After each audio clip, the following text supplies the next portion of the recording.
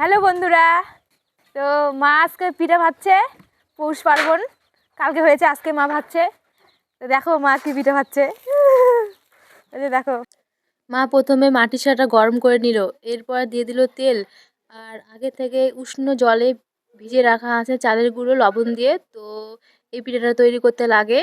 তো এটা হলো সাঁচের পিঠা, 7টা সাঁচ আছে, সেই জন্য আমরা বলি সাতকুপি। তোমরা কে কি বলো কমেন্ট করে জানাবে। আর মাকে একটু দেখতে বললাম, তো মা দেখো হেসে দিল। তো মা আসলে আজকে খুবই তাড়াহুড়ো করছে, কারণ মায়ের জামাই আসবে, এরপর আবার রান্না করবে সেই জন্য।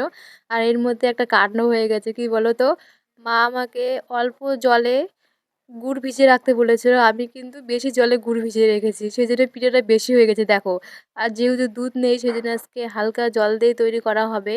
আর দুধ থাকলে একটু টেস্টি হতো। তো বাড়িতে দুধ আছে বলতে ভাই খায় অল্প, সেই জন্য আর দেওয়া হয়নি। তো প্রথমে একটু জল দিল হালকা, তো গুড় ভিজিয়ে রাখা আছে, ওই জলটা দিলেই হতো।